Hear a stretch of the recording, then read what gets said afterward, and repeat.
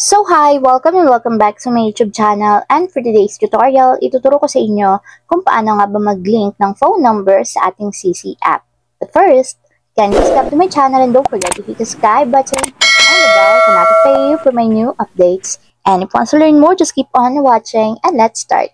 So ayan guys, for today's video, i-open lang natin ang ating CC account or yung ating CC app.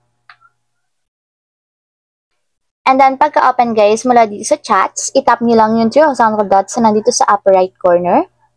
And then, may magpa-pop up dyan guys ng mga options. So, piliin nyo lang dito is yung account. So, nandito siya sa baba.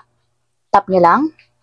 And ayan guys, dito is itap nyo lang yung phone number para makapag-link tayo. And enter nyo lang yung 11-digit mobile number ng inyong phone. And then, after nyo mailagay guys yung inyong phone number, tap na natin yung next. And ayan guys, may magsasend na OTP code dun sa 11-digit phone number. So, yun yung ilalagay nyo dito sa blank boxes. So, check nyo guys yung text message. And ayan guys, nag-auto-verify na after kong mailagay yung OTP code. So, ayun lang guys, kung lang kasimple kung paano nga ba mag-link ng phone number sa ating CC app. If you have a question, comment down below and don't forget to hit the subscribe button and the bell to notify you for my new updates. And thank you for watching! Living life every day